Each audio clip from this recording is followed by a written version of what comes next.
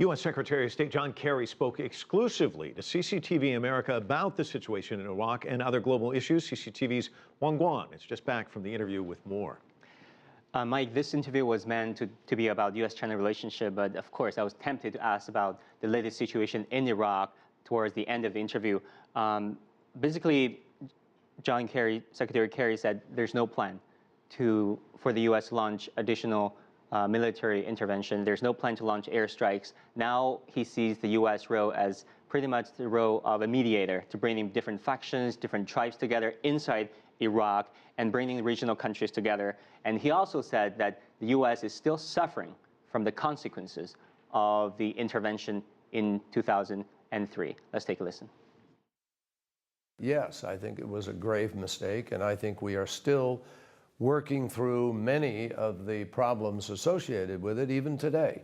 There's a huge residual hangover, a cloud that hangs over the region as a consequence of that decision. President Obama's decision was to make certain that we tried to change that.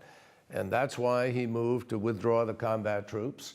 And now we're working very, very hard to empower the Iraqis themselves. They have to make this decision. Iraqis have to decide who their government is, and it needs to be a representative unity government that brings people together. And we saw you shake his hand, as well as Treasury Secretary Liu, as you went into the room. What else can you tell us about the interview? Right, it was a joint interview with the Treasury Secretary Jack Liu and the Secretary of State John Kerry. And during the interview, of course, asked about some hot button issues with regard to U.S.-China relationship. How does Secretary Kerry see U.S. pivot to Asia? Is that meant to contain China, or at least to be hedging against China?